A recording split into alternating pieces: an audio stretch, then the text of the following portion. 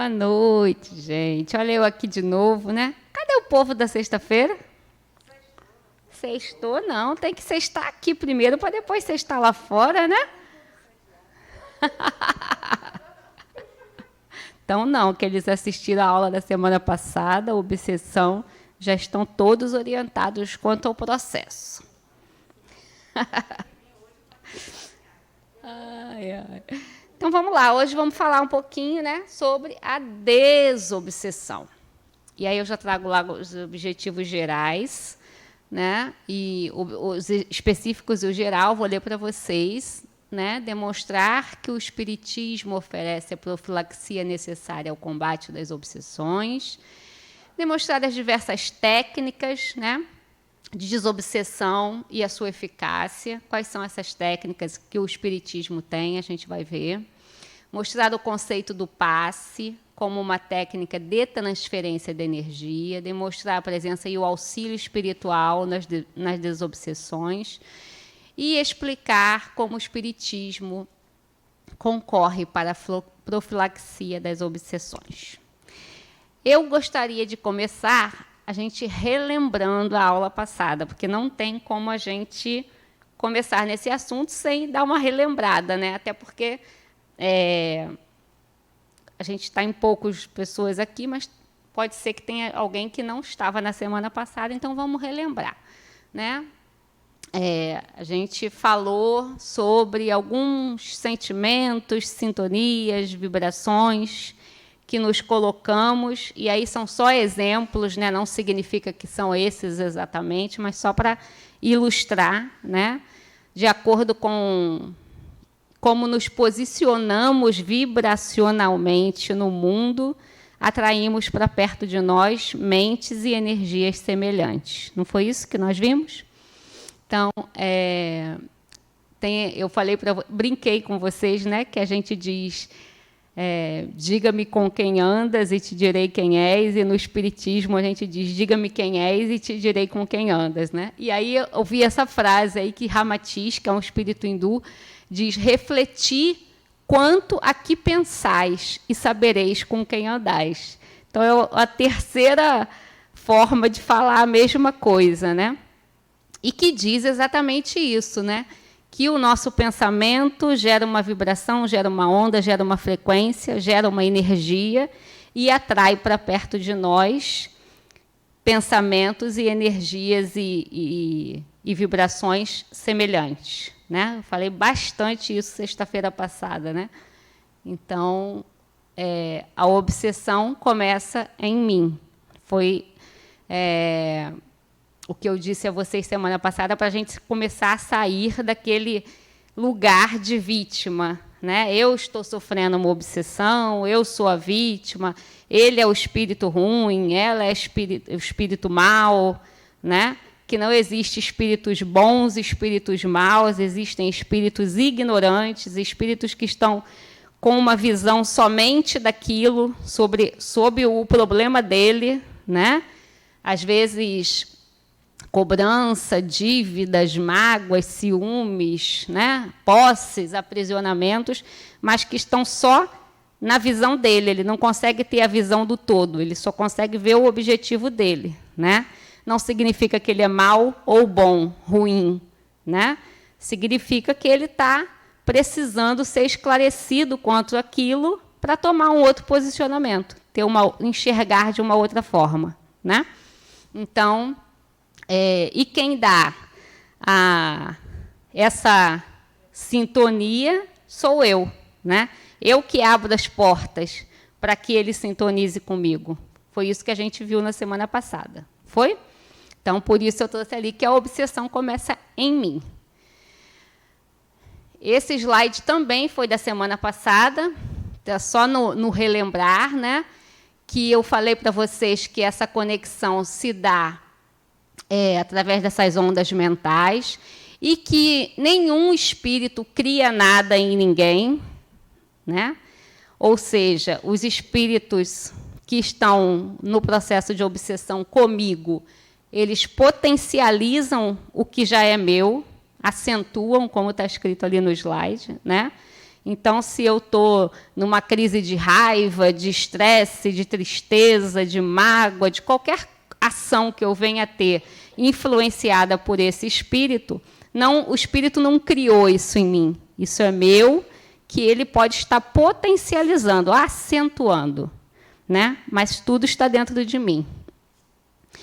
E que o nosso pensamento é essa radiação expelida em forma de ondas, né, eletromagnéticas que formam um fluido mental magnético, que eu falei para vocês que é física, lei da física, né, que isso não é religião, não é espiritismo, é física, né? Nosso pensamento emite ondas, né, curtas ou longas, e captam ondas iguais, né? Estou passando bem rapidinho, porque é só uma relembrada do que a gente falou semana passada, né? No livro de Sueli Caldas, Obsessão e Desobsessão, ela traz um trechinho que ela fala isso. Ó, em sentido amplo, a desobsessão é um processo de regeneração da humanidade. E, em sentido restrito, é o tratamento das obsessões, orientado pela doutrina espírita, né? Então, eu trouxe só essa frase, mas é mais amplo o que ela está dizendo aí, né? Quando ela diz que é uma regeneração da humanidade, porque quando a gente entender o que realmente é o processo da desobsessão, quando todos, né, que acho que ainda é um futuro distante, mas que a gente vai chegar nesse momento, né, a gente vai entender como se comportar, como lidar com o outro, né? Como ser melhor, como se portar melhor no mundo, né? Por isso ela chama de regeneração da humanidade, né? A gente não vai ter tantas picuinhas, tanto pensar em mim, pensar só no meu, naquela ditadinho que a gente fala, farinha pouca, meu pirão primeiro. A gente vai começar a ter uma visão mais ampla, né? Da família universal, do que é bom para todos, não só o que é bom para mim, né? E quando eu começo a me comportar e a pensar de forma diferente, ela vê isso como uma regeneração da humanidade, e, se comportando assim, teremos pessoas iguais e semelhantes perto de nós, tanto encarnadas quanto desencarnadas, né? Então, esse é um processo natural de desobsessão. É isso que ela está dizendo nesse trechinho do livro, né? Mas que, em sentido restrito, né, para cada um de nós, é somente o tratamento que é orientado pela doutrina espírita, né? A desobsessão é o nome dado a esse tratamento. Boa noite, Ana. Hoje eu não vou errar seu nome. Ana Nélia. Você sabe que Nélia é a minha aluna de sábado, né? E aí, no sábado, eu contei para ela. Eu falei, olha, eu ontem chamei a aluna de sexta-feira o tempo todo de Nélia, né? E depois eu botei Ana Nélia. Nélia em alguma coisa, né? Então, vamos lá, ó. E aí, no livro Desobsessão, que é o título do livro, né, do espírito André Luiz Portico, ele diz assim, ó, todos nós, os espíritos em evolução na Terra, temos a nossa cota de obsessão, em maior ou menor grau. Lembra que semana passada eu brinquei com vocês, falei que obsessão é igual gripe, igual dor de cabeça, que todo mundo vai ter um dia, se não teve, vai ter, vai passar por isso? Então, é o que André Luiz está dizendo ali, né? Temos a nossa cota de obsessão em maior ou menor grau. E todos estamos trabalhando pela própria libertação.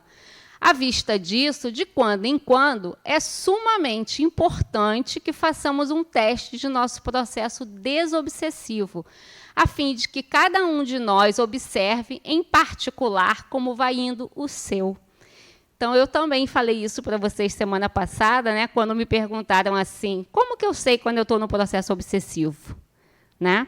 Vocês lembram o que eu respondi? Foi até alguém que estava aqui na frente, que eu não me lembro. Eu falei, autoconhecimento é o primeiro passo, né? Então, você se conhecer, você sabe como você age, você sabe qual é o seu comportamento, você sabe qual é a sua posição diante das coisas, das situações, né, dos episódios, das pessoas. Então, se eu começo a me portar de forma diferente, se aquele não é o meu comportamento, se algo está estranho, já é um sinal de alerta, já é uma luz vermelha que acende, né? Que pode estar acontecendo alguma coisa. Então, André Luiz aí fala isso, né? que, de quando em quando, é sumamente importante que façamos um teste no nosso processo desobsessivo, né? Que a gente, cada um, observe, em particular, como vai indo o seu. Né? Então, primeiro a gente se observa para ver o que está acontecendo, se está tudo bem, se não está. Né? Está acontecendo algo diferente. Né? As pessoas estão estranhas comigo, ou estão se afastando de mim, ou não estão mais me querendo por perto, alguma coisa está acontecendo. E, quando ele diz ali, né, observe em particular como vai indo o seu processo desobsessivo, é o contrário. Né? O que eu estou fazendo para eu estar atraindo boas pessoas? Ou eu estou fazendo isso mesmo? Né? Quem são as pessoas que estão me cercando? E aí vale para encarnado e para desencarnado, né? Porque a gente viu também que a obsessão também é de encarnado para encarnado. Né? Então, qual é o círculo que está em volta de mim? Tanto no meu familiar, quanto profissional, quanto social. Né? Quem são as pessoas que me cercam? Né? Se eu estou cercada de gente legal, de gente bacana, de gente do bem, meu processo desobsessivo está legal. Porque, se encarnado, o meu círculo de pessoas são dessa categoria, desencarnado é igualzinho. Né? São pessoas. Espíritos são pessoas. Né? A gente fala isso aqui, toda semana vocês ouvem um facilitador falar isso. Espíritos são pessoas, de um lado ou do outro da vida. Então, se do lado de cá, onde eu estou vendo, né, a olhos vistos, encarnados, eu estou cercada sempre de pessoas bacanas, provavelmente, do lado de lá, eu também estou cercada de pessoas bacanas. Certo?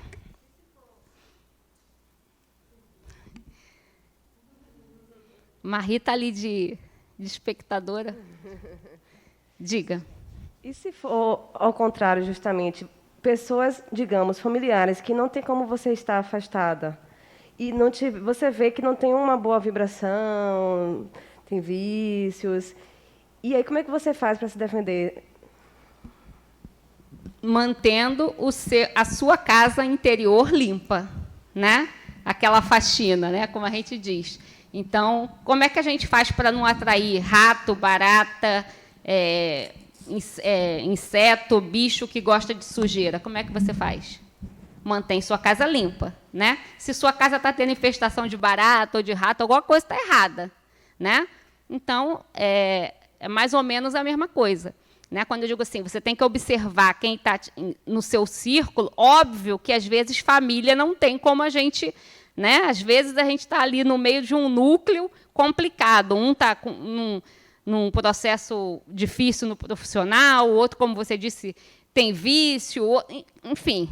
Né? Mas você tem que se manter ali acesa. Né? Eu sempre digo que uma chamazinha de vela ilumina esse salão todo. Se a gente apagar todas as luzes aqui e acender uma vela, a gente vai conseguir caminhar. A gente vai conseguir ver o caminho. Né? Então, você pode estar cercado na família ou no seu meio profissional, seja onde for, de pessoas com uma nuvem negra na cabeça, como a gente diz, mas se você for uma chamazinha de vela, você consegue caminhar. Né? Então, você não pode deixar que apaguem a sua chama junto. Né? Diga, Ana. Ana não pode... Fica muito tempo calada, não. Eu Diga, não consigo. Mas eu adoro a sua participação. Eu já observei também, né, você está falando aí, aquela pessoa com uma nuvenzinha negra na cabeça, né, que realmente, a gente estando próximo dela, a gente percebe, né, que existe um movimento diferente. Por quê? Que, principalmente em momentos em que você tenta orar por esta pessoa, ou fazer algum movimento para que melhore essa nuvenzinha negra, o seu mundo desaba junto. Eu vou falar com vocês aí, né, quais são as técnicas de desobsessão que as casas espíritas têm. A maioria é parecido, mas de acordo com o perfil de cada casa. Algumas têm em todas as casas, outras não, enfim. Mas uma coisa muito comum que acontece é quando as pessoas começam o tratamento da desobsessão nas casas espíritas, dizer exatamente o que você está dizendo. Eu comecei, em vez de melhorar, piorei. Tudo desabou na minha cabeça. O que estava ruim piorou. Né? Porque, olha, eu voltando de novo para os insetos. Eu gosto de dar os exemplos dos insetos. Né? Se você abre um bueiro e você vê uma baratinha andando e você joga inseticida, o que acontece? Aparece um monte, né? Você joga aquele inseticida ali e faz... né? Vem aquele vulcão de barata, né? Então, é mais ou menos isso. As coisas estão ali, né? Isso eu estou falando, gente, de processo obsessivo. Vocês lembram, né? Obsessão é a intenção de prejudicar, a intenção de fazer o mal. Quando tem um ou mais espíritos perto de você com essa intenção, né? Então, se a intenção dele é essa, e se você está fazendo um movimento contrário, então você vai atiçar ainda mais a vontade dele de que você não consiga, né? De perturbar o seu êxito naquele propósito de se livrar daquilo, né? E, às vezes, dependendo do tipo da obsessão, ou se é um, ou se são dois, ou se são três, a gente brinca até que eles pedem ajuda, né? Então, no processo desobsessivo, você tem que ter persistência, foco, força, fé, persistência. E acreditar que vai melhorar, porque realmente melhora, né? Eu falei na semana passada que só fazer o tratamento da desobsessão na casa espírita, só vir aqui fazer o tratamento não é eficaz, não resolve. Tem que ser dos dois lados, né? Mudança interna junto com a ajuda espiritual, né? Dessa forma resolve, mas é muito comum no início ter esse turbilhão e, às vezes, as pessoas até desistem. Dizem, não vou voltar mais lá, não. Fiz 2 vezes, piorou muito, então eu vou embora. Ponto para quem está do lado de lá. Ganhou, né? Diga. Você falou que podem ter mais de um obsessor obsediando uma mesma pessoa. Eles conversam entre si ou eles podem não ter nenhuma ligação e estão obsediando aquela pessoa para finalidades diferentes?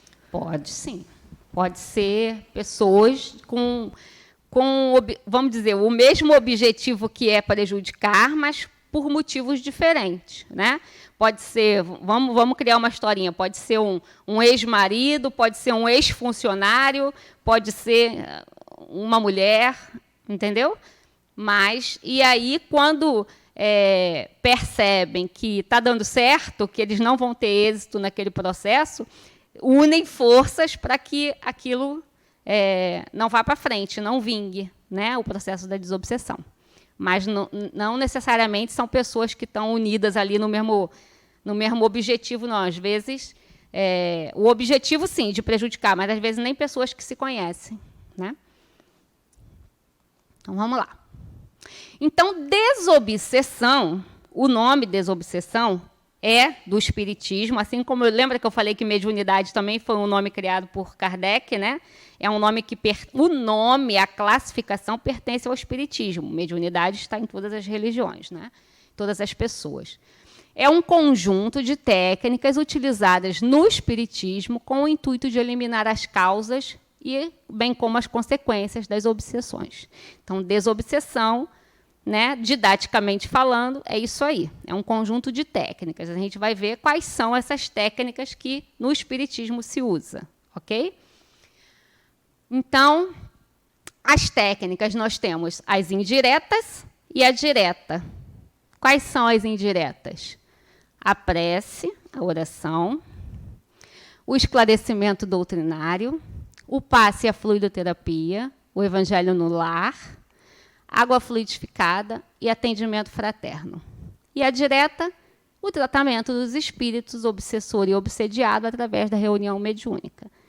Então, diretamente, o que a gente chama de desobsessão, quando a gente fala desobsessão, se pensa logo numa reunião mediúnica. Então, essa é a direta. Agora, indiretamente, nós podemos ajudar esse processo fazendo todas essas outras coisas que a gente vai ver uma por uma aí, né? Então, vamos lá. A prece, né? Então, na verdade, assim, para início de conversa, tudo que te leve a você mudar a sua vibração, a sua sintonia em algum momento, já é um processo desobsessivo.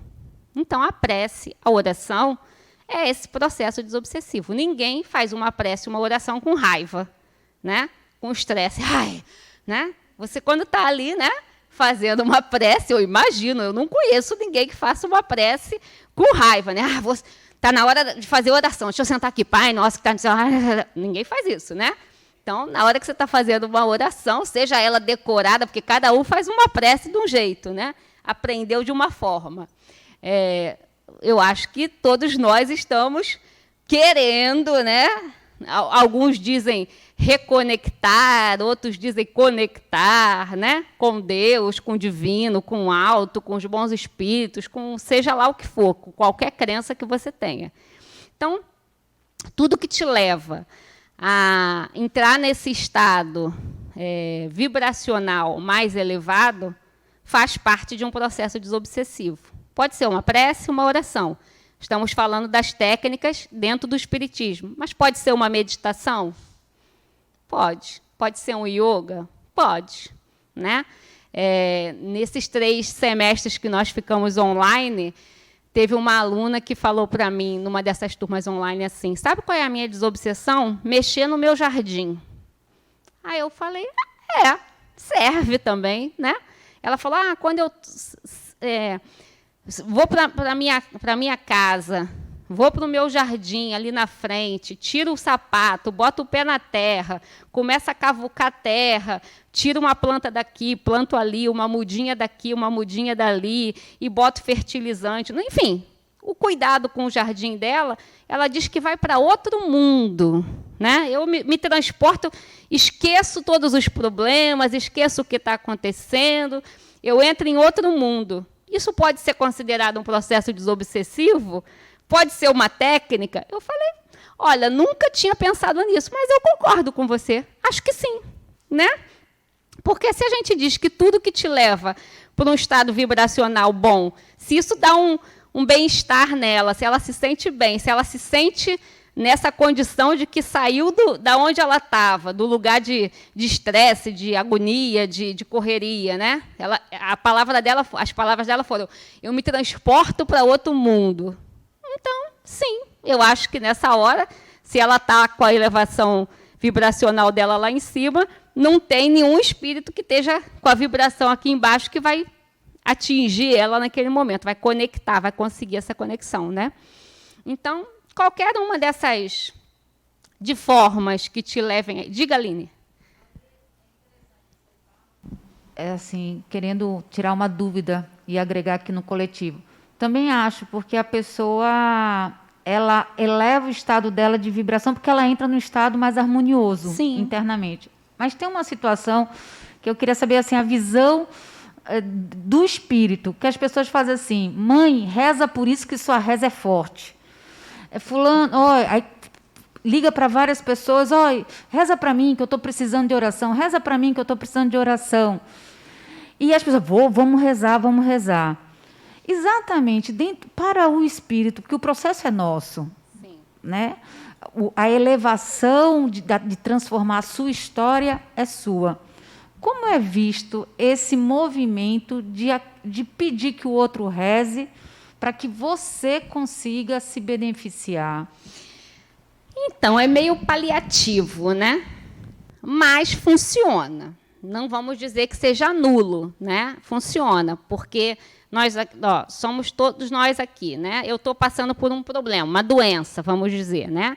Aí Marie diz assim, gente, no final da aula vamos fazer uma oração aqui e emitir boas vibrações para a Alessandra, né? Essas vibrações vão chegar até mim, com certeza, né? Mas é aquele momento, é uma coisa momentânea, uma coisa paliativa.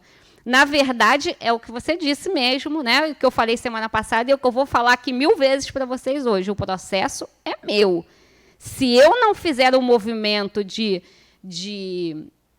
melhoria, de transformação, de buscar outra coisa, pode 500 pessoas estar orando aqui por mim, porque vai ser a história do pote de mel que eu contei semana passada, né?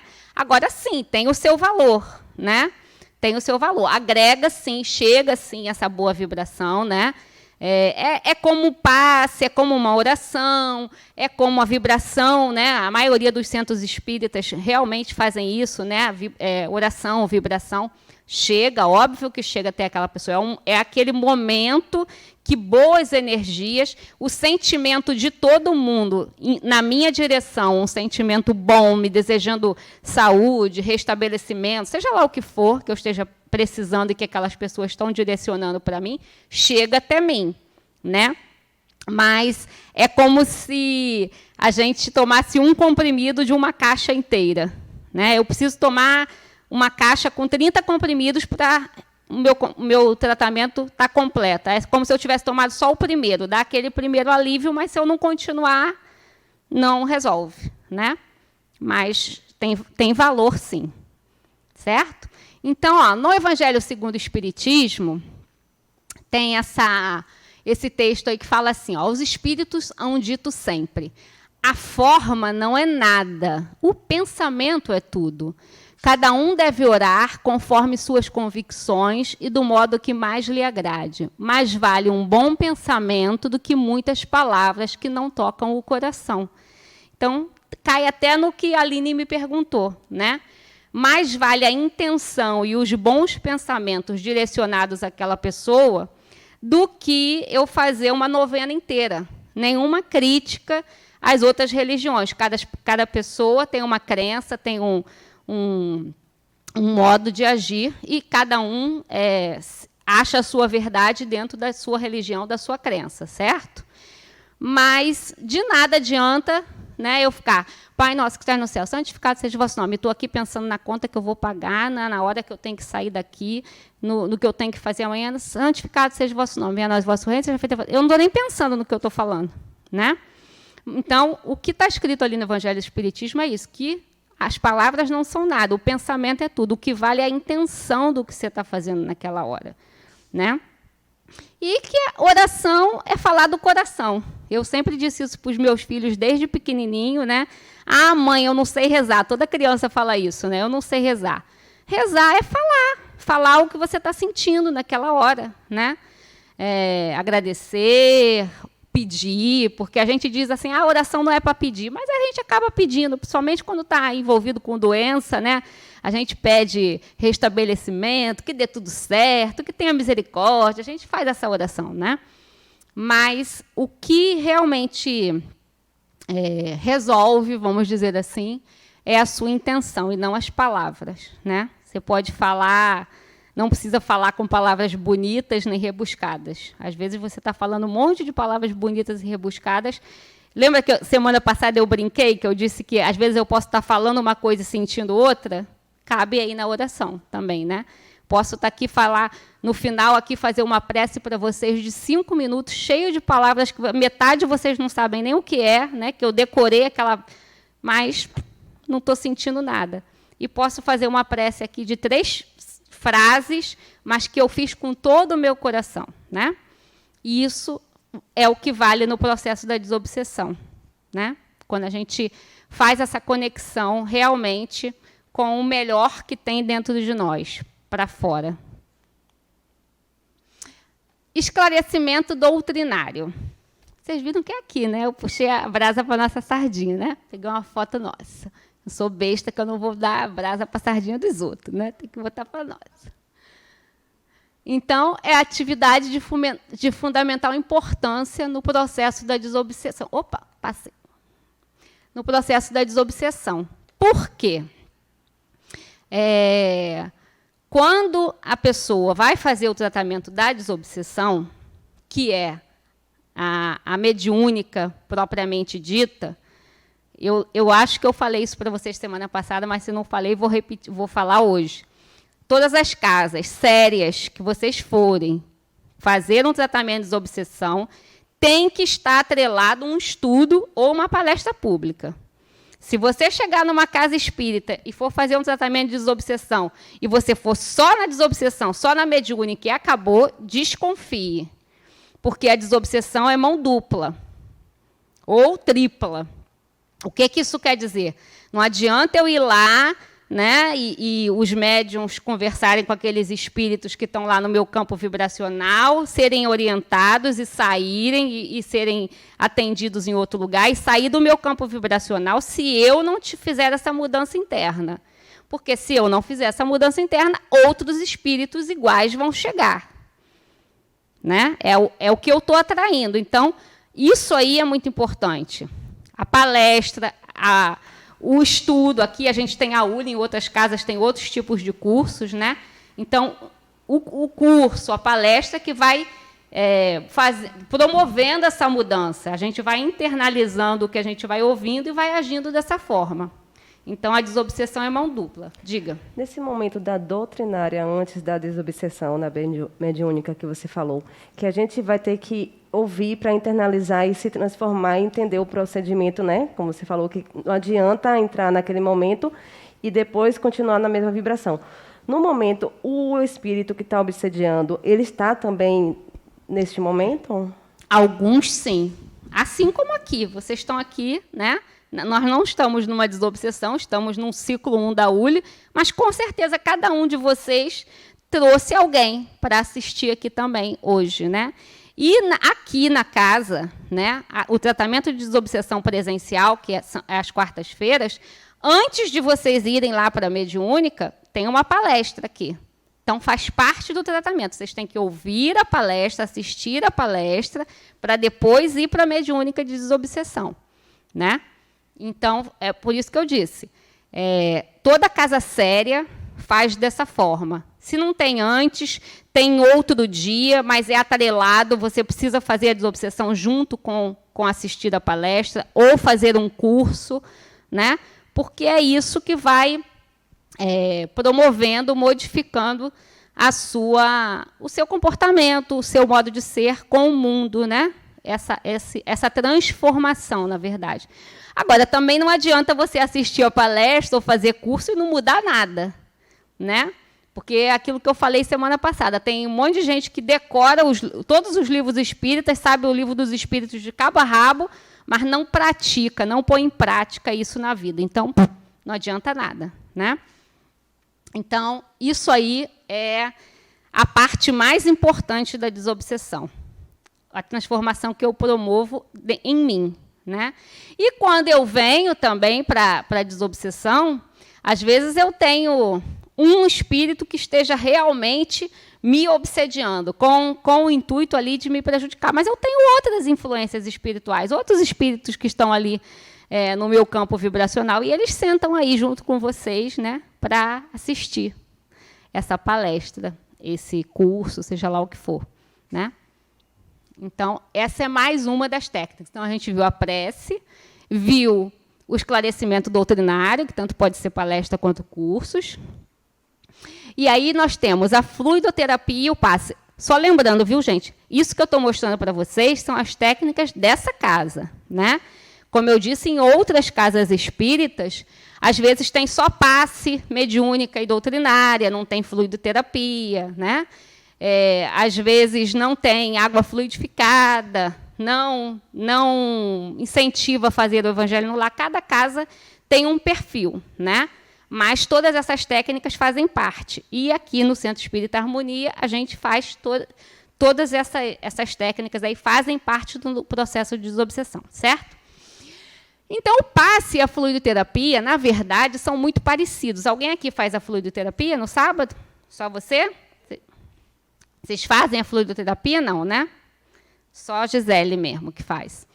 Então, é muito parecido. O que são os dois, na verdade? Transfusão de energia, né? O passe é de uma forma mais simplificada e a fluidoterapia é uma transfusão de energia mais direcionada, de realinhamento dos chakras, né? É um passe, vamos dizer assim, mais direcionado para cada chakra, né? Então, a gente brinca que é um passe mais demorado, né? Mas é um passe mais elaborado, na verdade, né? Então, a fluidoterapia está vinculada ao atendimento fraterno, à entrevista aqui da casa. Sempre estou falando do Harmonia, certo?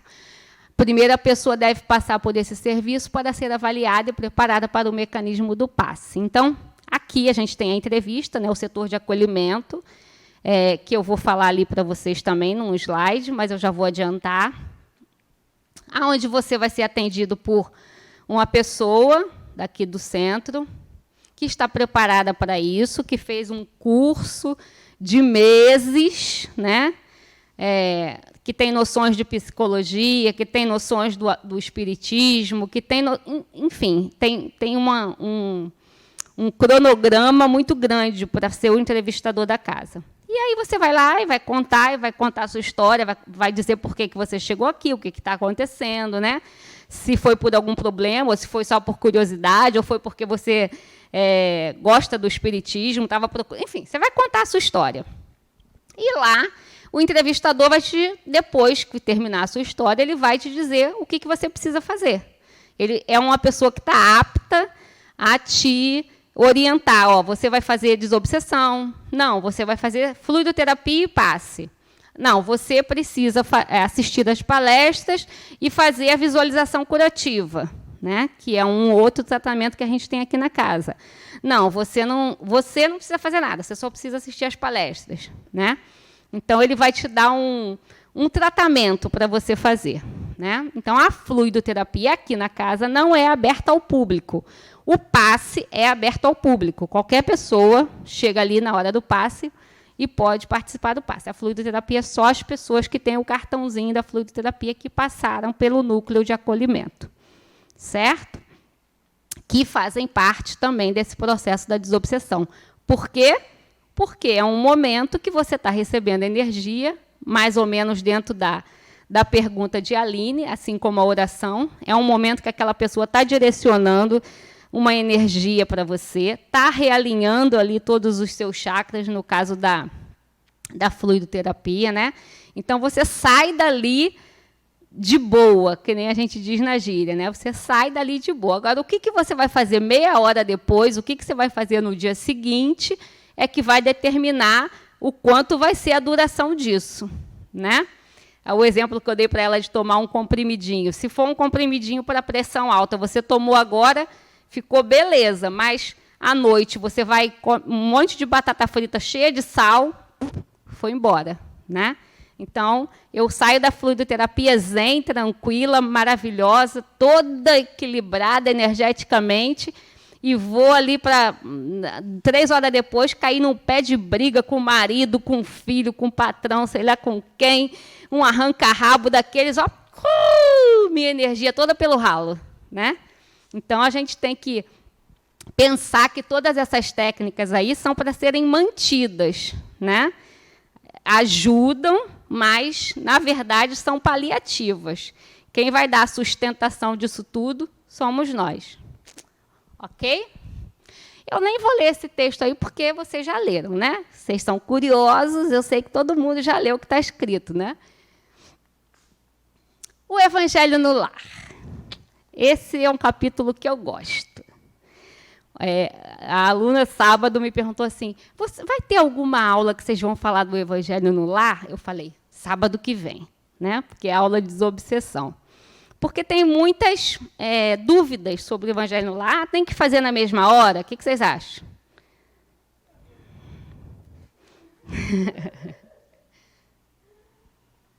Eu acredito que os espíritos têm outras coisas para fazer também, então...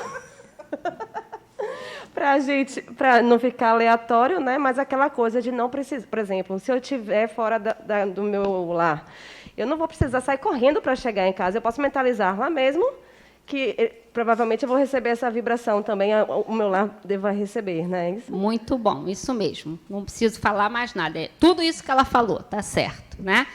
Os espíritos são pessoas têm agendas, né?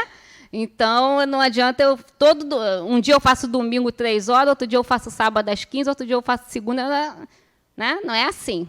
Se você quer ter um bom acompanhamento, se você quer que esteja acompanhado de bons espíritos, então mantenha uma frequência, um dia, um horário. Agora, por exemplo, vou dar o exemplo meu.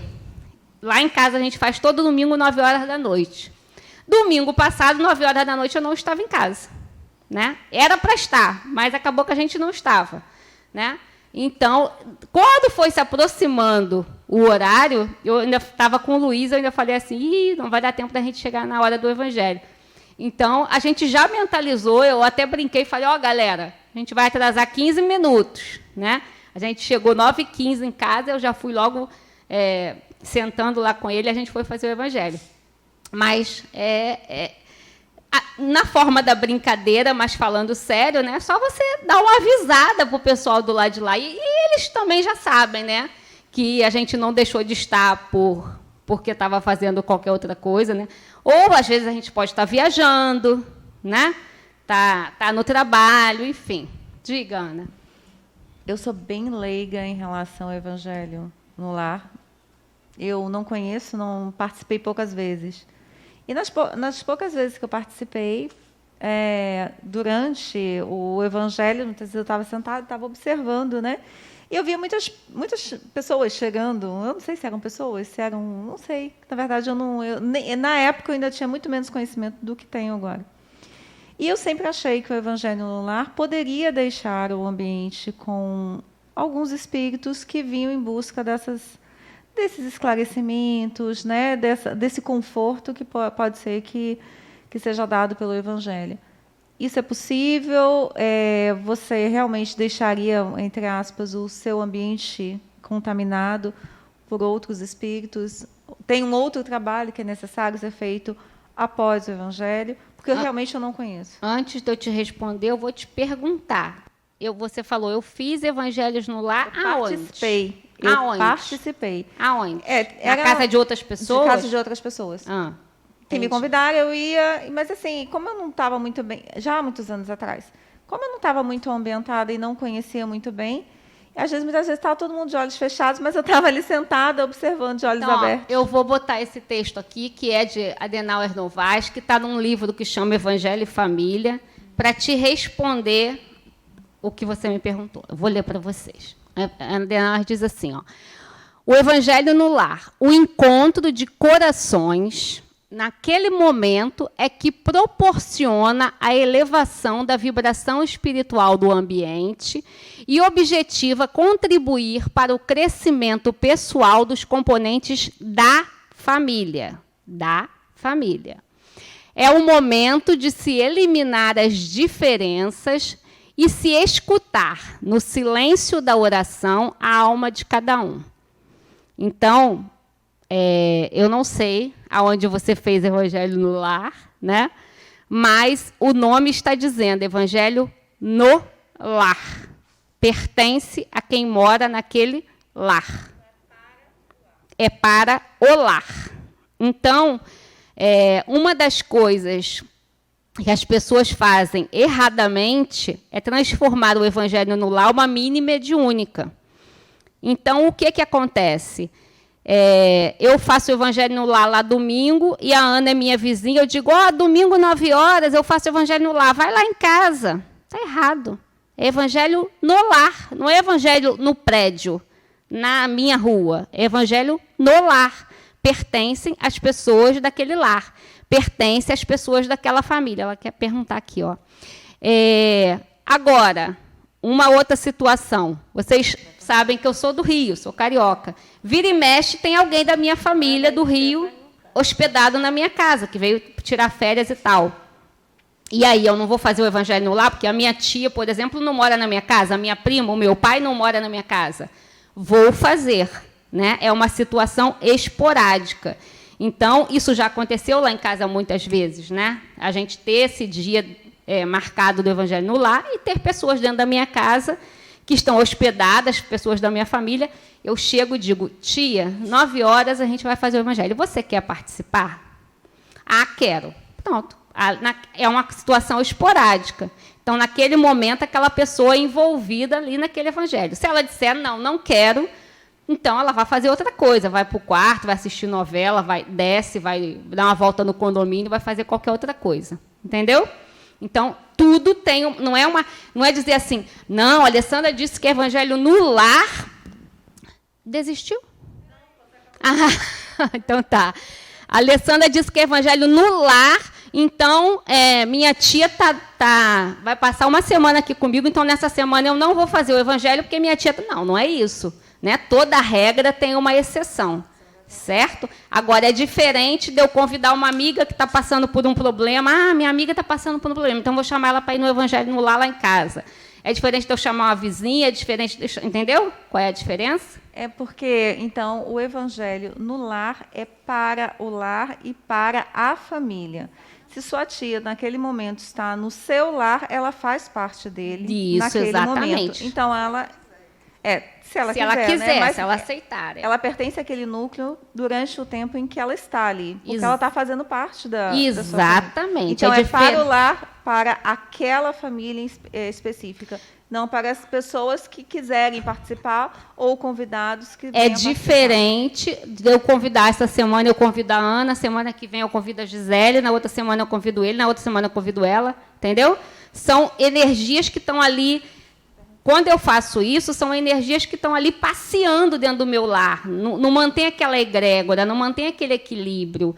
Qual é o objetivo principal do evangelho no lar? Manter essa egrégora, manter essa vibração do lar e das pessoas que estão ali naquele lar. Né? Então, se cada semana eu chamo uma pessoa diferente, essa egrégora vai estar sempre flutuante. Essa egrégora não vai se manter uma constante. Então, mas então ainda existe entre muitas pessoas que são espíritas essa confusão Sim. do evangelho para o lar, para a família, como um evangelho realizado no lar. Exatamente. Lar, e quando eu digo não transformar numa mini mediúnica, é isso. Óbvio, é claro que vão ter espíritos ali te acompanhando, né? E dentro do que a gente chama de naturalização da mediunidade, pode ser que na hora que você estiver fazendo uma reflexão sobre o texto que você leu, seja ali uma psicofonia, né? Pode ser. Lembra que eu falei na aula de mediunidade que os conteúdos se misturam?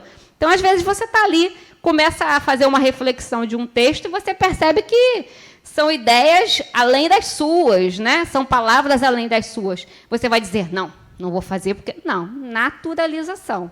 Mas tem gente que faz o evangelho no lar como uma mini mediúnica. Então, chama a vizinha, não sei quem, a colega de trabalho, não sei quem lá, porque aquela pessoa já sabe que vai chegar lá e vai ter um espírito que vai falar alguma coisa para ela. Vira uma consulta. Né? Tem essa coisa, né, gente? Então, a gente tem que ir separando o joio do trigo. Evangelho no lar, como está ali escrito lindamente no texto de Adenauer, né? O crescimento pessoal dos componentes da família, elevação vibracional de todo mundo, né? Escutar no silêncio da oração a alma de cada um. Eu acho esse texto perfeito, né? Então, é para isso. Diga, José. Como você falou da tia, lá em casa, só para a Ana também, né, ouvir um pouco, lá em casa, às vezes, minha mãe está lá por causa de minha filha, aí, às vezes, ela fica lá com a gente, ela dorme, e a gente faz exatamente isso. Às vezes, a gente convida, você quer participar, às vezes, ela quer participar, às vezes, não quer, mas sou eu, meu esposo e minha filha. E, voltando à desobsessão, nesse período que minha filha estava fazendo a psicofonia e eu também estava, né, nesse processo, a gente sentiu necessidade de fazer o evangelho no lar, todos os dias. Hoje a gente não voltou a fazer uma vez por semana, mas como é bom para espíritos encarnados, e aos desencarnados a gente está doutrinando também, né? Que eles Sim. acabam ouvindo. Né? Aí vamos para dentro da desobsessão. Se nesse momento tem alguma energia, alguma mente, alguma pessoa, algum espírito, da forma que você quiser colocar, que está ali dentro do seu lar ou que está junto de alguém, no momento do evangelho no lar, é como se ele estivesse assistindo uma doutrinária, é como se ele estivesse assistindo uma palestra, é como se ele estivesse aqui na ULE. É um momento que você está ali lendo uma leitura edificante, que as pessoas estão vibrando em cima daquilo ali, estão voltados o pensamento para aquilo ali, estamos refletindo em cima daquilo ali, né? Então, estamos fazendo o quê? Promovendo uma elevação vibracional minha, do meu lar e das pessoas desencarnadas que estão naquele lar, por algum motivo, causando alguma perturbação, né? Diga. E quando nem todo mundo do lar quer participar? Boa pergunta. Não faça. Né? Eu tenho 2 filhos adolescentes. Então, um faz, o outro não. O que adianta eu dizer, não, é do lar, vocês têm que estar aqui, não quer participar, não quer falar nada, fique de boca fechada. Adianta nada. Sabe aquelas luzinhas de Natal, que se uma queima, não acende o resto todo? É mais ou menos isso. Né? Lá em casa nós somos 4. O que adianta 3 estarem prestando atenção, estarem voltada a atenção ali, estar ali com o mesmo propósito, e um está ali pensando no jogo que ele deixou lá dentro do quarto, ai, não vai acabar nada, ai, minha mãe vai ler mais uma página, que saco, não sei o quê. Qual é a vibração, qual é a contribuição que ele vai estar dando ali? Nenhuma. Então, lá em casa, a gente faz assim. A mesma coisa de quando tem uma visita, eu pergunto, vamos fazer o evangelho, eu vou no quarto de um, vou no quarto de outro, se eles estiverem no quarto, vou dizer, ó, eu e seu pai vamos fazer o evangelho agora, quer fazer? Quer. Um quer, o outro não quer, fica lá.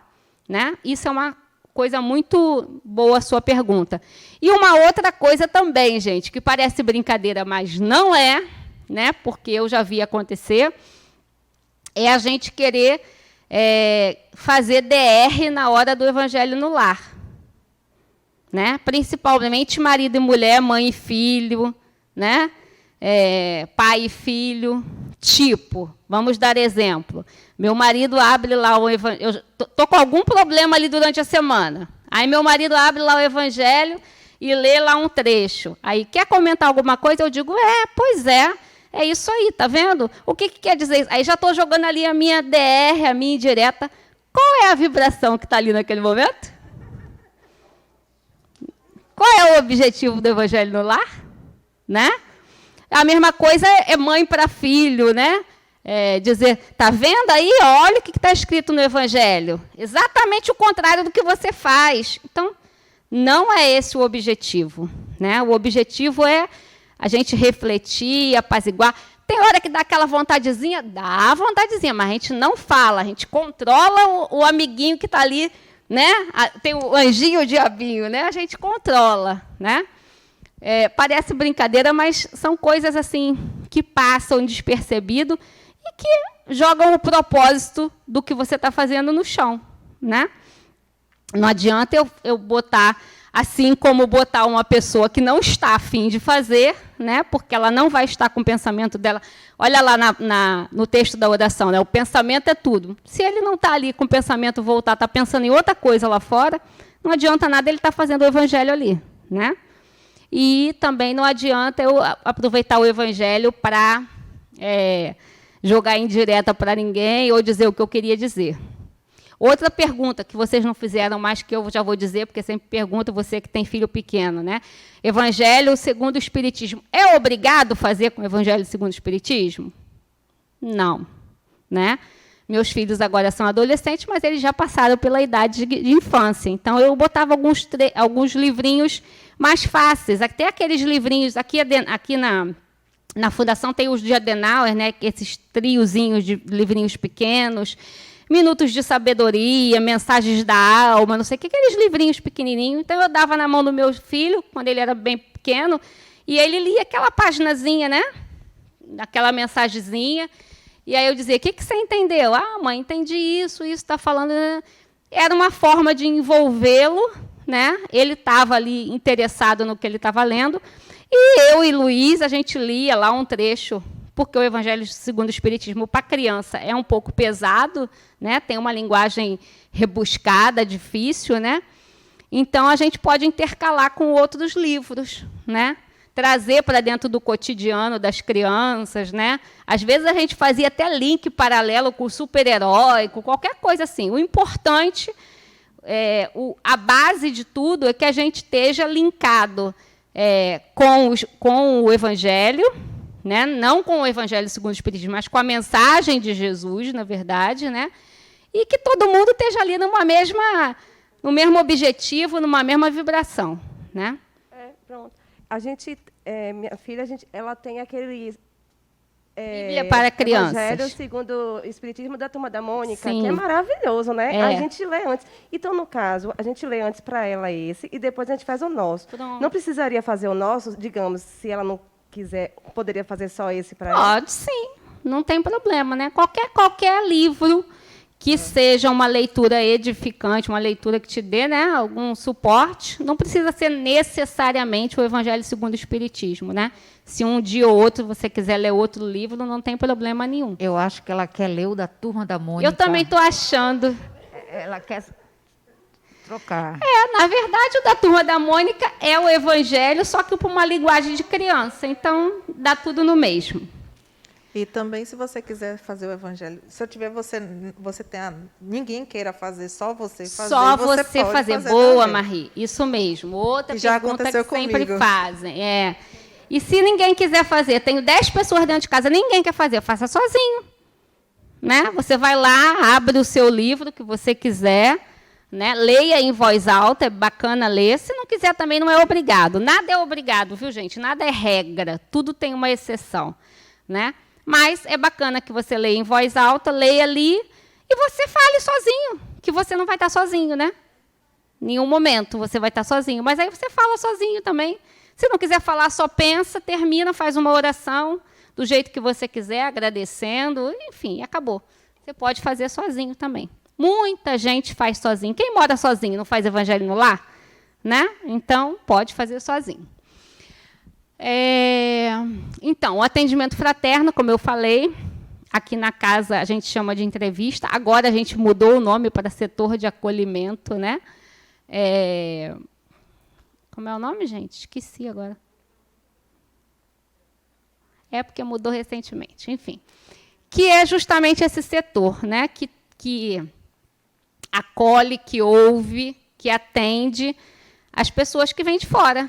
Né, a comunidade, qualquer pessoa que chegar aqui, não só os alunos da ULI, todas as pessoas que passarem por aquele portão e chegarem aqui na recepção, podem marcar essa entrevista, esse acolhimento, para dar o passo inicial aqui dentro do Centro Espírita Harmonia. Né? Isso aí é só fofoca ou tem alguma pergunta? Tem que, para ir para a fluidoterapia tem que passar aí pela entrevista, certo? Mas já voltou, sim, aos sábados. Logo depois do Evangelho, eles fazem a fluidoterapia. Quando sai daqui do Evangelho de manhã, é o horário da fluidoterapia. E a reunião mediúnica de desobsessão, que é o atendimento ao desencarnado, né? Que é o que a gente comumente chama de desobsessão. Né? Igual quando a gente fala de obsessão, a gente só pensa de encarnado e desencarnado. Quando a gente fala de desobsessão, a gente pensa logo que é só isso aí, né? E a gente está vendo que são várias outras coisas. Então, é assim que acontece, aqui na casa, viu, gente? Tem centros que é em mesa, tem centros que é em maca, deitado, aqui na casa é dessa forma aí. Um médium e um doutrinador, um esclarecedor, o espírito que está ali em atendimento, que nunca está sozinho, o espírito que vem ser atendido, ele nunca vem sozinho, né? Ele pode vir com um familiar, ele pode vir com um amigo, ele pode vir com um trabalhador da casa, né? Então, é exatamente aquilo ali. E o doutrinador e o médium também estão acompanhados pelos trabalhadores desencarnados da casa. Né? Então, é um trabalho que a gente acha que é de dupla, mas não é. É um trabalho que é de quarteto, quinteto, sexteto, depende do caso. Né? Então, o médium que está dando a comunicação tem outra pessoa, um parceiro que trabalha com ele. O médium que está fazendo o esclarecimento também tem um parceiro que trabalha com ele. E o espírito que está sendo atendido também está sendo atendido e veio acompanhado de alguém. Tem né? algum motivo, Ale, para ele ser acompanhado, o espírito em atendimento, tem um motivo? Sim, ele é trazido por... Ele passa, na verdade, por uma triagem. Né? Vocês vão ter uma aula, inclusive eu vou fazer essa aula amanhã para a ULI Canadá. Né? Vocês sabem que tem ULI no Canadá, gente? Tem ULI no Canadá, tem ULI em um monte de lugar aí, nos Estados Unidos. Né? Então, amanhã eu vou fazer uma aula online da ULI Canadá, que é a ULI do ciclo 2 lá, que chama Doutrinação, Teoria e Prática. Então, quando vocês chegarem... Aqui também tem, óbvio, né? Então, quando vocês passarem semestre que vem para o ciclo 2, vocês vão ter essa aula lá, que vai explicar direitinho para vocês como é que é esse processo todinho aí, né? Então, os espíritos, quando chegam aqui, eles passam por uma triagem, na verdade, né? Então, cada médium que está sentado ali para dar a comunicação de um espírito, tem uma, eu brinco que tem uma filinha para cada médium. Então, Gisele tem a sua filhinha formada que vai atender aqui, Ana tem sua filhinha formada que vai... Como é seu nome? Adriano tem a filhinha dele que está formada aqui, né? E cada um desses espíritos veio por intermédio com a ajuda de alguém. O espírito não chega aqui e, eu vou dar minha comunicação. Não, não é assim, né? Tem todo um processo. Por isso tem a equipe do lado de lá. Tem a equipe do lado de cá e tem a equipe do lado de lá, né? Então, é isso aí que acontece na mediúnica desobsessão. Diga, Gi. O esclarecedor, ele é médio extensivo também? Aqui na casa a gente brinca, diz que é médio flex. Né? Agora a gente vai ter a mediúnica de vocês, né, dia 31, e a gente está, né, chamando os médiums para trabalhar aqui e tudo, e a gente coloca assim, Gisele, esclarecedor, Aline, flex, Ana, flex, né, porque a gente sabe que pode contar para as duas coisas, né? Mas pode sim. Pode ser, mas não necessariamente. Não necessariamente, E outra pergunta, digamos que eu estou com um espírito desencarnado me obsidiando e eu venho para cá. Ele vem de toda forma? Ou ele tem essa escolha de não vir? Ele tem essa esperteza. Você diz quando você está fazendo o tratamento. Quando você está fazendo o tratamento, na maioria das vezes ele não tem escolha. Por isso também precisa de alguém por trás dele, né? Então, os que querem vir ou os que não têm problema nenhum, vêm atraído pela sua própria vibração, certo? Mas tem os arredios. Então, às vezes, a gente, na mediúnica desobsessão, o espírito, a gente quer conversar, ele diz, eu não quero papo, não queria estar aqui, vim para cá obrigado, né? Então, vem por livre e espontânea pressão. Né? Acontece sim isso, né? de vir por livre e espontâneo. Porque se você está passando por um atendimento, não adianta ele ter a livre escolha de eu vou ou eu não vou, porque senão seu tratamento não vai ter eficácia. Né? Ele tem a escolha de, depois do atendimento, do esclarecimento, ele ficar lá ou não. E quem é que vai determinar isso? Você. Né? Então, eu, por exemplo, quando eu estou na hora do esclarecimento, eu digo assim, olha, a gente está fazendo um convite a você. Né? E alguns perguntam assim para a gente, mas se eu quiser sair de lá, eu posso sair? Pode. Né? Senão, onde que ficaria o livre-arbítrio? Né? Ele pode. Onde ele está lá, onde ele for levado, ele pode sair, ele tem a escolha. Mas ele precisa conhecer. Igual criança, como é que vai dizer que não gosta se não comer? Né? Então, é mais ou menos por esse caminho. Diga-lhe. Eu sei que tem mediúnica online, que minha mãe lá faz, mas, tipo, a mediúnica de desobsessão tem que ser obrigatoriamente presencial? Não, senhora. Nós estamos há 3 meses trabalhando na mediúnica de desobsessão online. Agora, quando abriu, né, aumentou as restrições, diminuiu as restrições do distanciamento. Então, nós agora estamos com duas mediúnicas, uma online, que é terça-feira, e uma presencial, que é quinta-feira. Mas, durante toda a pandemia, a gente não parou a mediúnica. Né? A mediúnica aconteceu online, nas salinhas do Zoom.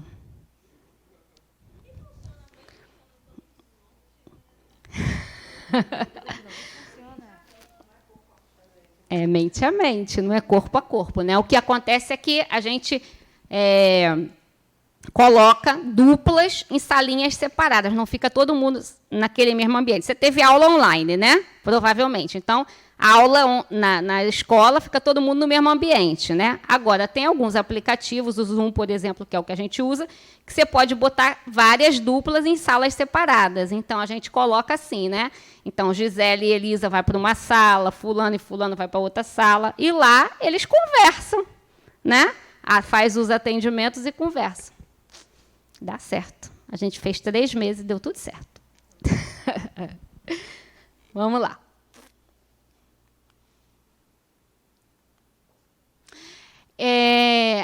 Eu trouxe isso aí que está escrito no Livro dos Espíritos, que é muito legal também, que Allan Kardec diz assim, ó, não há nenhuma palavra sacramental, nenhum sinal cabalístico, nenhum talismã que tenha uma ação qualquer sobre os espíritos, porque estes são atraídos pelo pensamento e não pelas coisas materiais. Então, o que quer dizer isso aí? Não adianta cruz, não adianta dente de alho, não adianta patuar, né? Porque tem gente que acha que... Tem gente que não sai de casa se não tiver com o colar, não sei o que das quantas, o anel, o patuar, né? Ando com isso aqui que meu corpo está fechado. Crença de algumas religiões, tudo bem. Mas o espiritismo não acredita nisso, certo? Eu estou falando para vocês aqui sobre o olhar do espiritismo, sobre a crença do espiritismo. Repito, nada contra as outras religiões, mas nós, espíritas, não acreditamos que um objeto, um patuá, qualquer coisa, né, tenha o poder de te proteger contra a influência de qualquer espírito. Porque se a influência é mente a mente, se o que atrai ao espírito é você, a sua vibração, o seu pensamento, seu sentimento, sua emoção, do que adianta eu estar com 5 dentes de alho no bolso se o que eu estou emitindo é outra coisa, né? Então, não serve para nada. Só fica fedendo a alho. Boa, Adriana. Mas, assim, o fato da pessoa ter este objeto é quase que um objeto de transição, pelo menos eu penso assim. Ele está com aquele objeto, mas ele muda o pensamento dele por conta daquilo que está com ele, não necessariamente aquilo que está ali que muda tudo. Eu acredito assim, ó, Ana. É assim que eu penso. Agora eu vou falar não como o espiritismo, mas como a Alessandra. Por exemplo, algumas religiões, na hora de fazer uma oração, acende uma vela. Várias religiões, não só o católico, mas várias outras religiões, né? Então, eu penso que aquela vela, né, se a pessoa não acender a vela, ela acha que a oração está incompleta, ou que o santo não vai atender a ela, o orixá, seja lá o que for, né? Então, aquela vela é um instrumento que potencializa a sua conexão, te dá um maior afirmação de que aquilo ali que você está fazendo está poderoso, vamos dizer assim, né? Está potencializado por aquela vela. E se não tiver a vela, ai, meu Deus, eu acho que a oração não foi tão boa, eu não tinha uma vela para acender. Nesse sentido, né? Mas, em contrapartida, eu não acredito que você andar com 5 dentes de alho na calça vai te manter num pensamento de conexão elevada, né? Pelo contrário, eu acho que vira uma muleta, né? Porque a pessoa anda com os 5 dentes de alho ali, é um miseravão e acha que está protegido de Deus e o mundo porque eu tenho 5 dentes de alho aqui. Então, eu acho que... Alessandra, tá? Eu acho que faz exatamente o contrário. As pessoas que acreditam nesse tipo de poder dos objetos, às vezes fazem coisas até piores do que fariam se não tivessem com aqueles objetos. Porque joga todo o poder, a proteção, seja lá que palavra for, naquilo ali. Eu estou protegido, então eu estou isento e posso fazer qualquer coisa. Essa é a minha visão. Vê ali com ela. Eu estava pensando no seu exemplo que você deu da vela, a música, o quanto a música, sim, Isso aí, sim, né? É aquela história. O espiritismo não acredita, porque para fazer uma oração você precisa de uma vela. Mas, se a pessoa quiser acender uma vela, beleza, tudo bem. Assim como a música, assim como o incenso, né? Tem gente que acha que o incenso purifica o ambiente. Não é isso que o espiritismo acredita. Mas o incenso pode te conduzir, potencializar um estado de relaxamento, de elevação, isso sim, né? Diga. Tem alguns espiritualistas que eles falam que a proteção de alguns chakras é importante para a captação de energia, suponhamos, esses chakras aqui. Em alguns ambientes, quando você for entrar, que é bom proteger com um lencinho. É tanto que tem uns que usam o lenço aqui justamente para proteção, como forma de proteção do chakra. É uma crença espiritualista, né? Então, é o que eu falei, cada religião tem a sua crença. O espiritismo não tem crença em nenhum dogma, em nenhum objeto, em nenhum nada cabalístico, nada disso. O espiritismo é baseado no seguinte: pensamento, ideia, mente, sentimento, vibração. Ponto.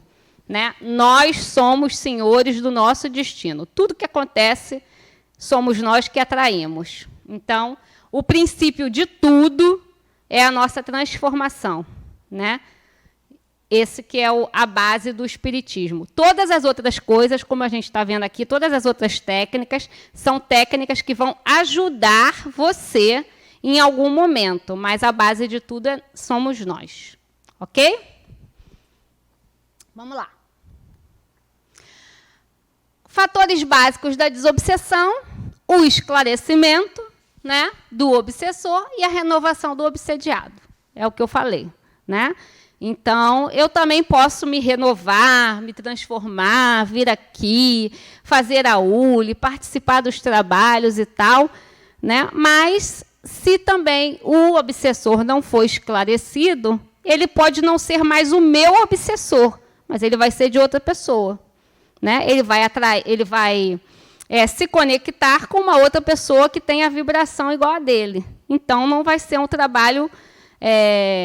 vamos dizer assim, solidário. Só uma pessoa vai ser atendida. Então, a desobsessão está fundamentada no atendimento mútuo, tanto de quem está de um lado do processo, quanto quem está do outro lado do processo. Ok? Isso aí eu trouxe de ilustrativo, né? Então, que eu falei do álcool na semana passada, e aí eu vi isso, né? Ninguém pode curar um doente que se obstina em conservar o seu mal e nele se compraz. Então, o álcool, como eu falei, né? Que é um dos exemplos, mas isso aí serve para qualquer tipo de sentimento, né? É a historinha do pote de mel. Não adianta eu vir aqui fazer 10 desobsessões, 8, 5, 7, seja lá que número for, se eu não mudei meus hábitos, se eu não mudei meu comportamento, se eu não mudei meu sentimento, eu vou estar sempre atraindo pessoas iguais. Ok?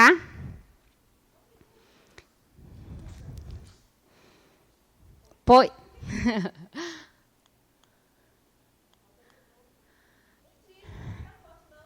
Tirou, não? Ah, meu Deus. Então, isso está... nem tinha visto. Está lá escrito no livro dos médiuns, né, no capítulo 23. Não quer tirar? Poxa, Ana. É obsessão. Seu telefone está obsediado.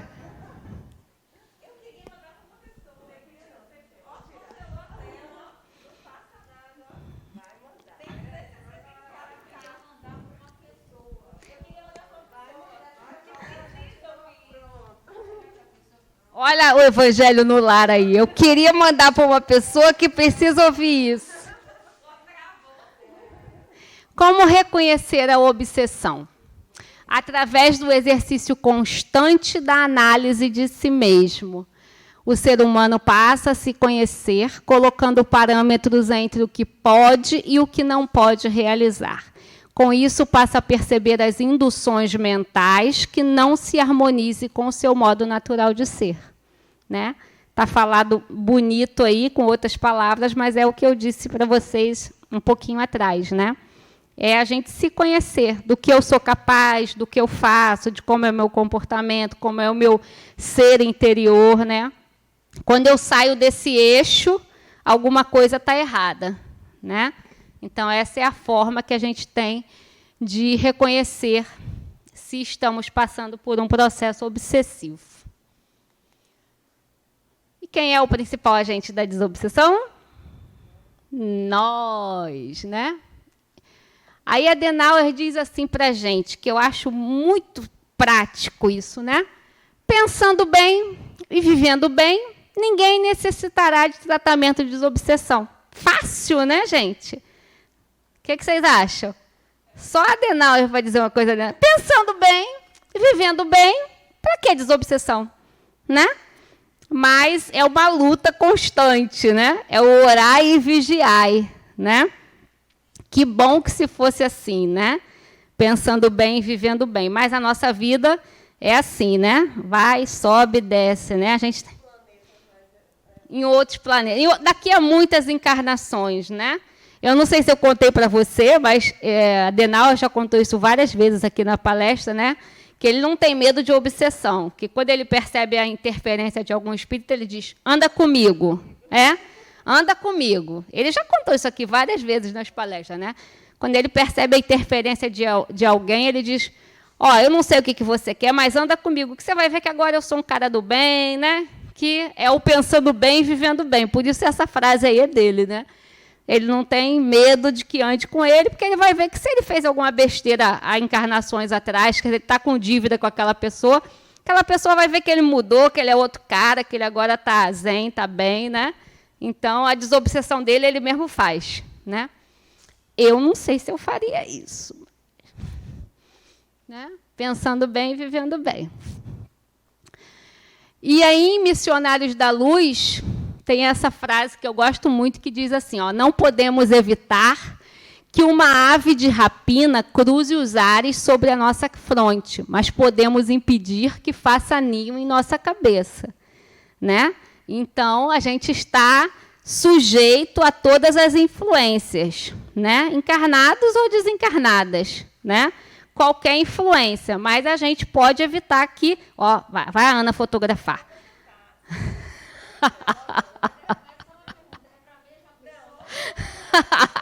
Se é para a mesma pessoa, não vai funcionar, viu? Então, o que quer dizer esse texto, né, gente? Que funcionou, está vendo? Aquele lá está com um processo pesado.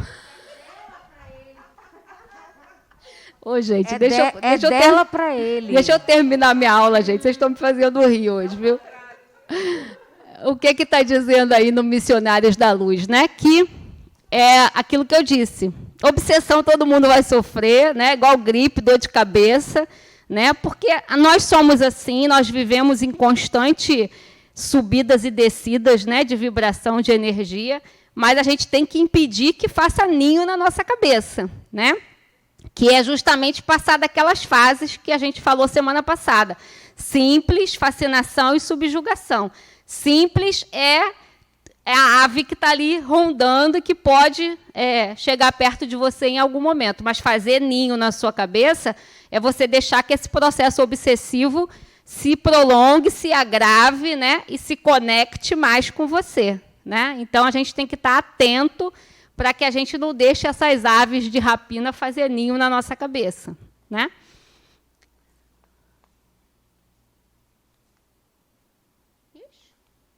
Foi. Então, como é a nossa autodesobsessão? Né? Para a gente não ficar só dependendo de vir a um centro espírita, a gente brinca com o pessoal, com o católico, diz que tem o pessoal que é o Papa Hóstia, né? Aquele pessoal que todo domingo está na missa por causa da hora da hóstia, né? Mas os espíritas também têm o Papa Passe, né?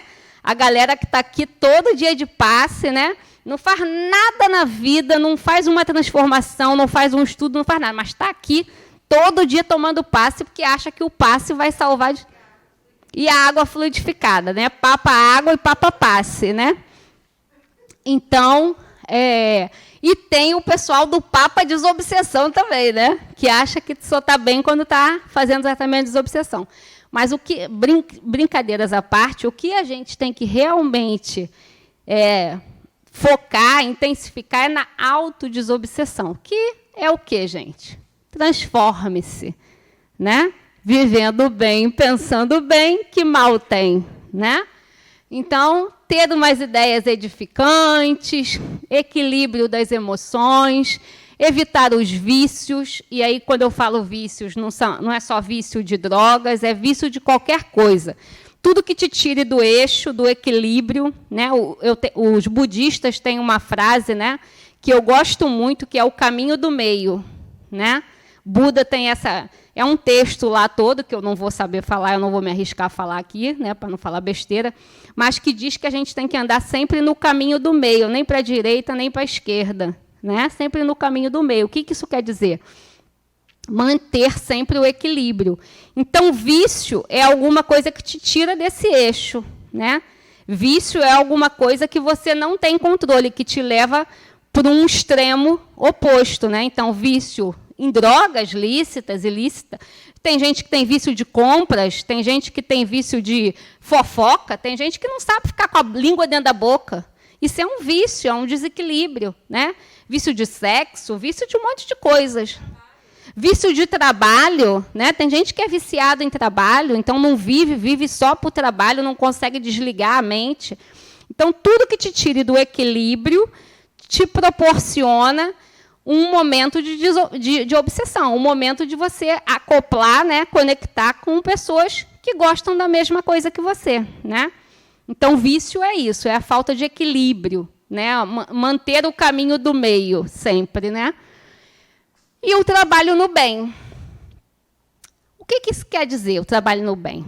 Eu também ouvi uma vez o Adenauer falar, e eu sempre falo isso nas aulas de desobsessão, que ele diz assim, que a gente deveria fazer, todos nós, ter o hábito de praticar pequenos gestos anônimos de generosidade. A primeira vez que eu ouvi o Adenauer falar isso, eu fiquei pensando, refletindo, tentando entender. O que ele disse? Se você pratica pequenos gestos anônimos, essa palavra que me chamou a atenção, né? Porque se você faz uma caridade de dar uma cesta básica aqui para o Harmonia, ou de participar de um sopão na rua, beleza. Quem está sendo beneficiado com isso é quem está recebendo. A sua ação do bem está sendo feita. Você está contribuindo para o bem-estar, para a saúde, para matar a fome, seja lá o que for, daquela pessoa. Mas para você não tem contribuição nenhuma. Porque quando a gente faz isso, né? Eu até vi essa semana uma celebridade aí falando assim, mas quando eu posto isso é para incentivar outras pessoas. No caso dessa pessoa, eu até acho bacana, porque é uma pessoa que tem uma visibilidade gigante no país, então, fazendo, de repente, incentiva até os colegas celebridades também a fazer, né? E aí, qual é a diferença? Enquanto eles fazem isso e ajuda, sei lá, uma ONG lá, né, doa não sei quantos milhões, ou um monte de cesta básica, ou seja lá o que for, aquela ONG foi beneficiada, ele fez um trabalho do bem bacana, mas para ele não teve muito efeito, vamos dizer assim, né? Por isso, Adenauer diz assim, gestos anônimos de generosidade. Porque se eu faço alguma coisa para a Ana, para Adriano, né? Eu sei que Adriano está passando por uma dificuldade, eu vou lá e faço alguma coisa que vai ajudar ele, financeiro, ou uma palavra de apoio, escutar ele. Às vezes, a gente dá o nosso tempo, é muito mais precioso do que a gente dá o dinheiro, às vezes, para aquela pessoa, né? Às vezes, por exemplo, vou contar uma historinha, inventar uma historinha. Adriano está passando por uma dificuldade financeira muito grande. Eu posso ir lá e ajudar ele financeiramente. Mas, de repente, se eu parar meia hora para escutar ele, vai ter um efeito para ele muito maior do que o financeiro. Eu posso fazer as duas coisas. É uma caridade, né? Doar o seu tempo. Porém, se eu sair contando para a Gisele, para a Elisa, para a Marie, né? Fui lá na casa do Adriano, poxa, está tão mal ele, né? Está assim, está assado, deprimido, está com um problema sério, mas aí eu fui lá, ajudei, não sei o quê. Eu posso achar que não tem vaidade envolvido nisso, mas tem, né? Sempre tem. O nosso ego sempre fala um pouquinho mais alto, né? Então, a gente atenua, vamos dizer assim, diminui o efeito daquele trabalho do bem, né? O que volta para mim? Então, quando Adenauer fala isso, Eu entendi dessa forma. Essa explicação sou eu que estou dando para vocês, não foi a explicação que ele deu, não. Ele só falou pequenos gestos anônimos de generosidade, né? Então, eu entendo dessa forma, né? Que quando você sai contando para Deus e o mundo o que você fez, você embrulhou o seu trabalho do bem no embrulho da vaidade, né? Então, quando você faz qualquer trabalho do bem, de generosidade, de solidariedade, você está elevando sua vibração, né? Você está se envolvendo dentro de uma energia boa e para perto de você vai vir algum espírito que está afim da cachaça? Não, vai vir algum espírito que está afim de potencializar em você aquela sua ação. Pô, Ana, né? Uma pessoa que está ali, que está no trabalho, na boa intenção de ajudar e tudo, vou me juntar à Ana, né? Diga, Gisele. Eu vejo assim também. E no Evangelho tem, né? Eu não me lembro direito o tema, mas dai a mão direita que a esquerda não Isso, veja. que a sua mão esquerda não veja o que dá a sua mão direita. Exatamente isso, né? Então, é isso aí, é o pequeno gesto de generosidade. Sábado passado, assistam o Evangelho Bom Samaritano, o profissional... Carlos Doria.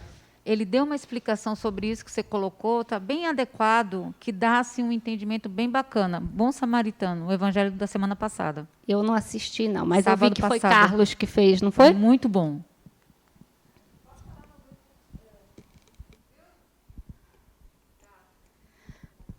Vou aproveitar o ensejo de Aline para dizer de novo para vocês. Entrem no YouTube, TV Harmonia. Todas as aulas estão lá, todas as palestras estão lá, a visualização curativa está lá, visualização terapêutica está lá, né? Os aulões estão lá. Então, é bem enriquecedor vocês assistirem. Para finalizar, hoje eu vou terminar no horário certinho, Maria, viu? Para finalizar, eu trouxe um texto que é de Chico, e que eu acho ele sensacional. Então, Desobsessão Sempre é o nome desse texto. Diz assim, ó: se você aspira a receber, procure dar. Se você deseja a estima alheia, proporcione apreço sincero aos seus semelhantes. Se quiser auxílio, auxilie. Se aguarda compreensão, compreenda. Se algum de nós observa a presença do mal por fora, vejamo-lo por dentro, a fim de saber se não estamos em condições de estendê-lo. Se esperas desculpa às próprias faltas, esqueça, mas esqueçamos de todo o coração as faltas dos outros. Se a irritação nos destempera, silenciemos a palavra até que passe a tormenta da ira. Se você não aprecia respostas desagradáveis, não faça perguntas irreverentes. Se sonha elevar-se, eleve também os seus companheiros. Se dispõe de tempo a perder, ganhe tempo no trabalho ou no estudo. Desobsedar-se alguém, na essência, será libertar-se da sombra, e ninguém se livra da sombra sem fazer luz. Francisco Cândido Xavier, André Luiz. Então, a última frase para mim é a que resume a desobsessão, né? Ninguém se livra da sombra sem fazer luz. Então, a gente bota a culpa no espírito obsessor, coisa ruim, o mal, o ruim, o que está atrapalhando a minha vida, né? Tem um monte de nome, né? Nós, coitadinhos, somos vítimas, não faço nada, não faço mal a ninguém, não mato uma barata. Por que eu estou sofrendo isso? Eu não tenho sorte, eu sou perseguida. Né? E quem você é? Eu não vou nem dizer quem você foi. E quem nós somos, né? Porque a gente não admite o orgulho, a maledicência, a inveja, né? E tantas outras coisas que a gente tem, né? Então, que façamos luz, que a gente se modifique, se transforme, né? Aí foram as referências. E, por fim, tem mais uma frase de Chico, que diz assim: a melhor técnica para afastar um mau espírito, que a gente chama, né, é o homem se tornar um espírito bom. Então, né, é mais ou menos dentro da frase de Adenauer, né, pensando bem, vivendo bem, não precisa de desobsessão.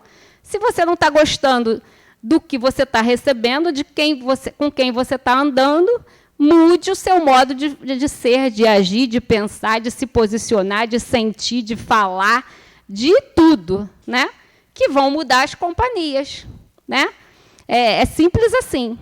Só vão estar junto de mim as pessoas que gostam e têm afinidade com as mesmas coisas que eu. Se eu não mudar, se eu só faço reclamar e não mudo nada, tudo continuará igual, né? A desobsessão vai ser só um processo paliativo, né? Eu sempre faço esse paralelo com a nossa vida cotidiana, encarnada, que é mais ou menos... A desobsessão, a gente aqui no Harmonia e em outras casas também, a gente chama de pronto-socorro espiritual. Às vezes, quando a gente atende o espírito na mediúnica e ele pergunta assim, onde eu estou? Eu costumo dizer, você está num pronto-socorro espiritual. Né? E aí, a gente fazendo esse paralelo com a nossa vida encarnada, o que você faz num pronto-socorro, num hospital? Quando você está passando mal, né? Quando você sofre um acidente, quando você sofre um acidente na rua, uma ambulância te leva, ou alguém te leva de carro, você vai para o pronto-socorro. Ou quando você está com uma coisa, um mal súbito, né? Subiu a pressão, está infartando, quebrou o braço, enfim, quando você tem alguma coisa assim, né? Aí você chega no pronto-socorro, certo? Aí você vai passar por uma triagem. Não é assim que acontece o atendimento? Aí você vai passar por uma triagem, eles vão te classificar como eletivo, urgência ou emergência, certo? E aí você, em certo momento, vai ser atendido. Aí você vai chegar lá, o médico vai dizer assim, vai fazer os exames, você vai demorar lá para ser atendido, porque normalmente é assim, né? E aí, no final, o médico vai dizer assim, Adriano, você está hipertenso, você tem hipertensão, né? Sua pressão chegou aqui muito alta e tal, você tomou um remédio, agora a sua pressão está controlada, você vai ser liberado, mas eu vou te dar uma indicação aqui para você fazer uma consulta com um cardiologista ou com um nefrologista, né, que são as especialidades que tratam hipertensão, certo? Você precisa procurar um cardiologista, porque isso é sério. Agora você está bem, mas se você não tratar, não é assim? Pronto-socorro. Desobsessão é igualzinho. Né? Você vai chegar aqui, você vai ser atendido, aquele espírito mal ali vai ser atendido, na maioria das vezes ele vai se dar bem, né? Porque ele vai para um lugar legal, vai conhecer pessoas, vai ser atendido, mas se você não mudar, você vai parar aqui de novo, no mesmo pronto-socorro. Porque se o Adriano não for procurar o cardiologista ou o nefrologista e cuidar da saúde dele e fazer o tratamento adequado, daqui a 15 dias, daqui a um mês, ele está lá no mesmo pronto-socorro, com o mesmo pico de pressão. Não é assim? Ou se ele for no cardiologista, no nefrologista e fizer o tratamento, toma todo dia de manhã um remedinho para hipertensão, mas enche a cara de sal ou come um monte de porcaria, ele só vai aumentando o medicamento. Ele começa a tomar aí daqui a pouco ele precisa tomar 2, daqui a pouco ele precisa tomar 3, eu digo 3 bolinhas, né? Precisa tomar 2 bolinhas, precisa tomar 3 bolinhas, precisa tomar 4 bolinhas, porque ele não fez a mudança interna nele. Então, eu gosto muito de fazer esse paralelo com o que a gente vive encarnado com o do outro lado. É igual, gente, é igualzinho. A vida dos dois lados processa da mesma forma.